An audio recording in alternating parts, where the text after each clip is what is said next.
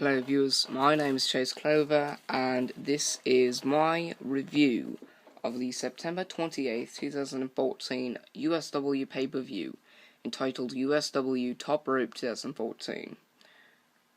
Pretty good matches tonight, and yes, it still is tonight. Very great matches. Sloppy end of the main event, the actual main event, but for the most part, every match was solid, very good, very well done. So I'm gonna give USW the credit where credit is due. So let's get into the review. We start off with the kickoff match, and that was about 16 minutes long, I believe. Tom and Chris Ross defeated James by pinfall. The match was done very well. Chris Ross tried to get James to stay down. He would not stay down, and it took him to have to go and hit the choke slam on him to keep him down and to be able to cover him for a 3 count. But anything else, James was just not staying down for. So Chris Ross did perform very well. He performed like a great performer, and he really made himself look strong as well as he made James look strong. And this was one of the greatest kickoff matches that I've seen in a long time. It lasted a while, but I think it could be tied with the kickoff match from Insanity 2014. That was I forgot who it was. Whoever it was, I know that match was really great, and this match could be right up top with that one. This match, in my opinion, gained 3 stars. It only gained 3 stars instead of 4 stars because James did not compete as strong as he could have. But he did not stay down. But the thing was, he did not perform the greatest. So that's what kept it from getting 4 stars. The second match on the match card was the no disqualification match for the Extreme Championship. Lasted a little under 15 minutes. Crimson Red defeated Titanfall to win the Extreme Championship. Very good match. There were a lot of spots where, the match just looked great, and it looked like the match couldn't get better. I know that Titanfall was absolutely decimating Crimson Red to start off the match.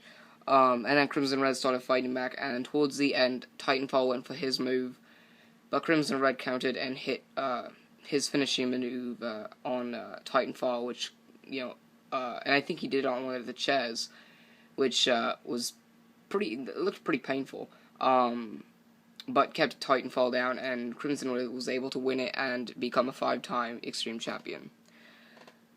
Solid match, another 3-star match, very interesting. This review may not be that long because there were fewer matches on the card. And I also want to get this review up as soon as possible. But this match was a good match. It is deserving of 3 stars, and it really kept me interested in it. Third match on the card was probably the worst match on the card, but was not bad, so that says something about the pay-per-view and about the matches on the card. It was the third match on the card. It lasted for almost 20 minutes. Lane defeated BP Fierce.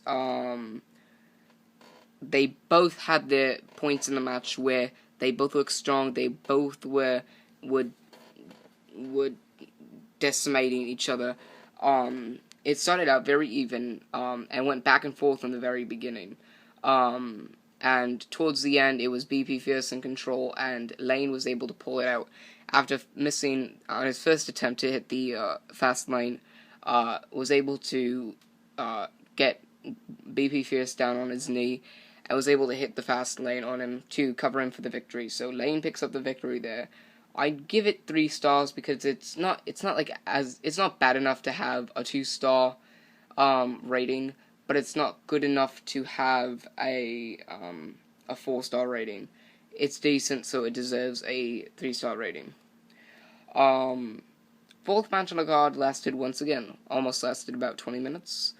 Was for the USW World Heavyweight Championship. Capital defeated Seth to retain the World Heavyweight Championship. Something to add, Capital's move is no longer called the Bro Kick, it is now called the Capital Punishment, which I feel is a great fit for Capital, and I feel like fits in really well with his name and his gimmick.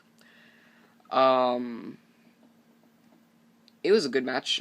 Seth really had many spots where he was in control and where he was, he looked like he was about to win the championship back, and you were on the edge of your seat. Like, is he going to win the championship back? Is he going to do it? And is he going to be able to do it? Is he going to pull it off?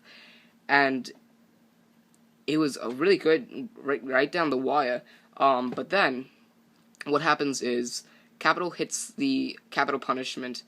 Well, I mean, sorry, he misses the Capital Punishment the first time.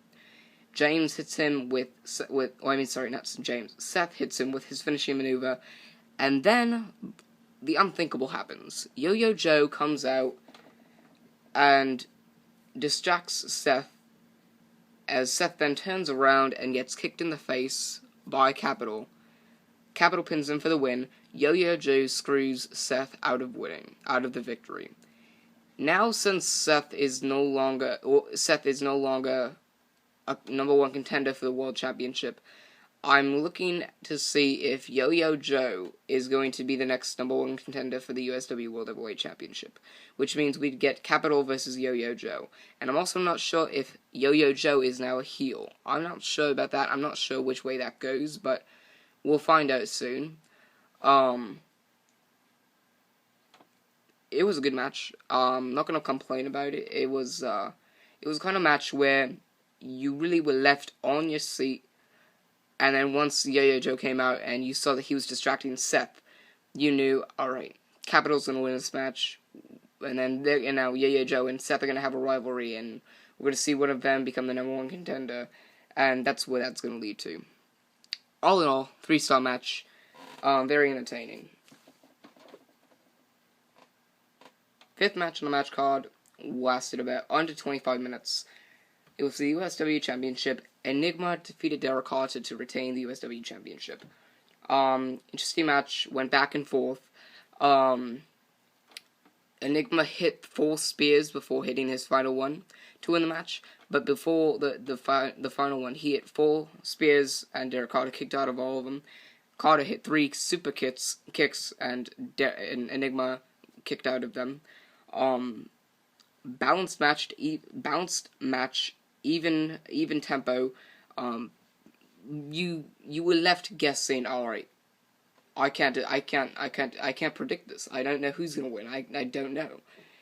So it really left you wondering. Oh boy, I have no clue who's gonna win the match. And it came whereas Carter was about to hit his 4th super kick, but Capital kind of stopped it in its tracks, and then kind of shoved him away, and then went to the corner, ran, and hit his 5th spear, and won the match. So ENIGMA is still your USW champion, and this match deserves 3 stars. Looking forward to seeing who ENIGMA's going to face at Caution, for the USW championship, because I'm really looking forward to that. And finally, the 6th match on the match card, the main event, lasted over an hour. The 2014 top rope match, Ezrank Hills enters at number 20 and wins the match by eliminating Indigo Child last. I don't have really enough time to talk about the entire match. It was decent. I'd say it was 4 stars because there were many performers who had their spots, so I'm going to give it 4 stars. But Fernandez onto the... Alright, the elimination order goes Fernandez, Marshall, Chain Reaction, Scene Sheen, Vicious, MC4, Benny Franklin, Bay W, Gringo, Eli, Simon Saint, J. Elton B, Dustin Raymond, George Martin, Blade, Anarchy, Philip Akron, DHIG, Indigo Child, and then Ezrank Hills won the match. Fernandez was the first one eliminated. I believe Dustin Raymond was the performer who eliminated the most people.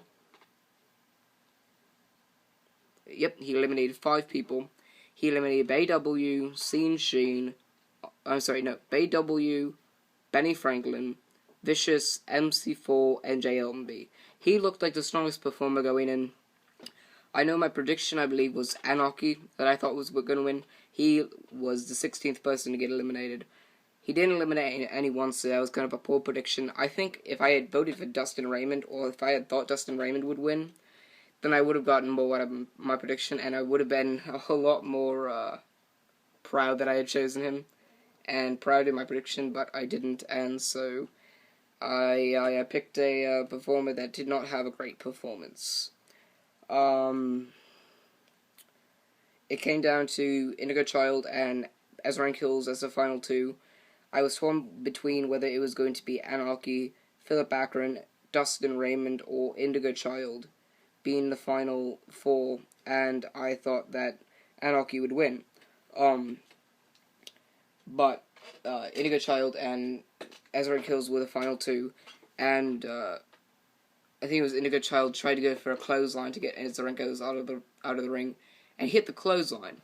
But Ezra and Kills didn't go over the top rope, and when Indigo Child saw that he didn't, he went and started punching him. But then Ezra and Kills was able to pick him up over his shoulders, throw him over the top rope, and then punch him in the face to the point where he ended up walking a little towards the corner, and Hills then threw Indigo Child to the corner, and Indigo Child bounced off and hit the floor.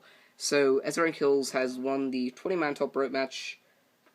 So it will either be DHIG or Ezra and Kills facing for the World Championship or the USW Championship at Bulletproof 7.